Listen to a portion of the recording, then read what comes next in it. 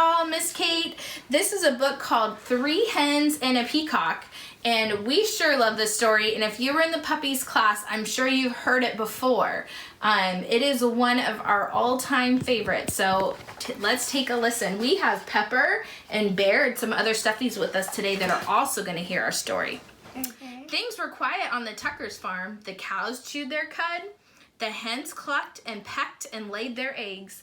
The old hound stretched out on the porch, watching and listening. Once in a while, someone would stop to buy tomatoes or corn, or perhaps a quart of milk.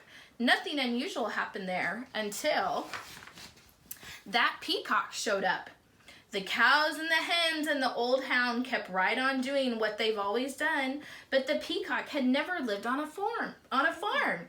He had no idea what to do, so he spread his fancy feathers and set to shrieking. What does shrieking mean, Mama? Making loud noises. Oh. Eventually, the peacock wandered down the road. When cars whizzed by, he shook his feathers and cried out his loudest voice. Of course, the folks stopped for a closer look. Day after day, more folks stopped to admire the peacock, and they all bought tomatoes and corn and eggs and milk. Business on the Tucker's farm was booming. Everyone seemed happy to have visitors stopping by. But trouble was brewing in the hen house.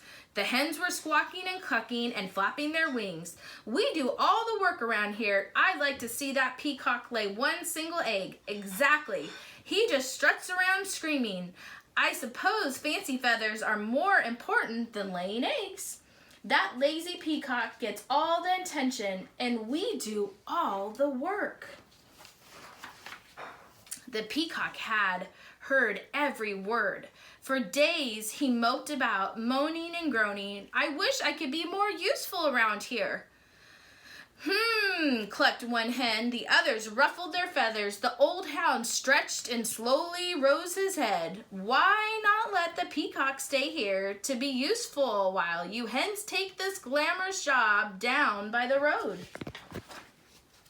The three hens began clucking to one another. What a wonderful plan. Yes, it's a fabulous idea. Oh, ladies, we simply must fancy up our feathers tonight and nothing but our brightest beads, bangles, and bows.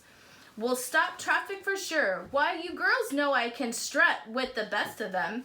The peacock perked up. Let's do it, he declared. Tomorrow, I'll stay here and sit on a nest and cluck. And we'll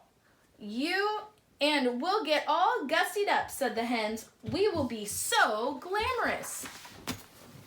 At sunrise the next morning, the hens strutted down to the road. The peacock marched right to the hen house and poked his head inside.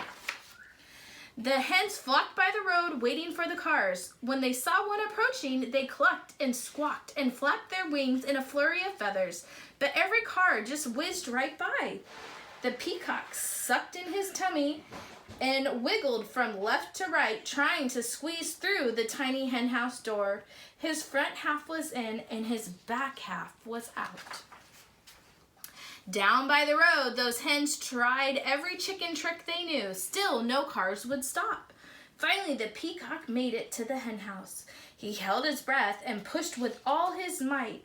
But no matter how hard he tried, he could not lay one single egg. Not one. Mama, I brought some more stuffies so there can be a lot. The old hound stretched out on the porch, watching and listening.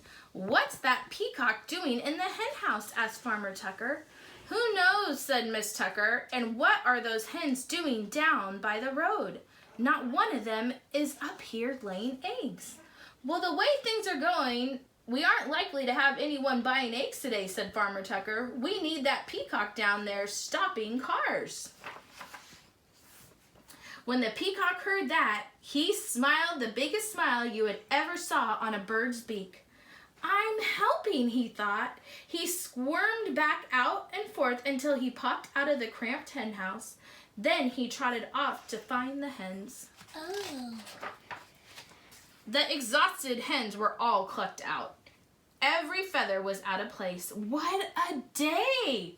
We couldn't get one car to stop. It's true. Why? Most of them didn't even slow down. The peacock met the hens as they trotted up the road. I tell you, I'm not good at laying eggs, he said. I'm just not meant for it. One hen nodded. I put on my stellar strut and even I couldn't stop a single car, she said. I have to hand it to you, Fancy Feathers. Your job is harder than it looks. The other hens agreed. The peacock looked relieved. So the hens marched back to the hen house. The peacock strutted down to the road. The old hound stretched out on the porch, watching and listening. And things were quiet again on the Tuckers' farm. Well, that is the story of the 3 hens and the peacock. I hope you enjoyed it just as much as we do. See you soon, friends.